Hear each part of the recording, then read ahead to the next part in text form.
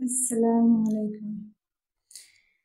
বেগুন ও বেলে মাছ দিয়ে চচ্চড়ি করার জন্য এখানে বেগুন আর আলু চিকন করে কেটে নিয়েছি। সঙ্গে দিয়ে দিচ্ছি কাঁচামরিচ, লবণ, হলুদ গুঁড়া, ধনিয়া গুঁড়া, মরিচের গুঁড়া ও দিয়ে দিচ্ছি তেল।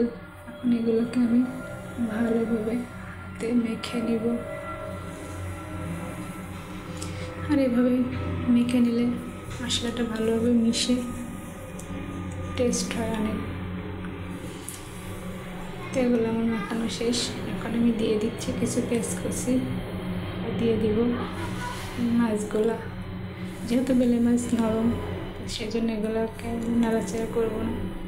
এগুলো দিয়ে এখন একটি ঢাকনা দিয়ে ঢেকে সামান্য একটু পানি দিয়ে চুলায় বসিয়ে দিব। নাড়াচাড়া করলে মাছগুলো ভেঙে যাবে। তো পানি দিয়ে এটাকে আমি চুলায় বসিয়ে দিয়েছি। তবে রেডি আমার বেলে ও বেগুন মাছের চচ্চড়ি। আল্লাহ হাফেজ।